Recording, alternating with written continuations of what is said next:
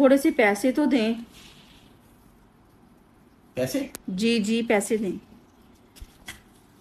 कितने चाहिए? आप दे दें को 20-30 हज़ार। 20,000 वो से काम चल जाएगा? जी चल जाएगा। वो मम्मा वालों की दावत की है ना 2 दिन तक, तो उन्होंने आना है, तो मैंने कहा चीजें वगैरह मंगवा लूंगी मैं। और मेरा की कसूर है फिर? तो मैंने आपसे पैसे ही तो चल मांगे जा ना। आ जा, मैं तेन पैसे दवाए थे। मम्मा वाले की दावत की है, तो पैसे दे दो चीज़ां मंगवानियां। अब कदी मेरे किसी भैन भरा की दावत की? कदी सद्या मेरे भैन भरा नूं? मैं तो पछता रही हूँ आपसे शादी करके। जे सच पूछे ना, तो मैं भी तेरे तो पछता रहा शादी करके। और मेरे दूरों दूरों रिश्ते आने सी, ओ इस्लामाबादों, नारायण गगान वाली साइड तो, कराचियों, कोटियों, ठंडिया इलाकियों जो रिश्ते आए थे मेरे। दूर दूर से रिश्ते आने थे, नजदीक वालों को तो आपकी करतूतों का पता था।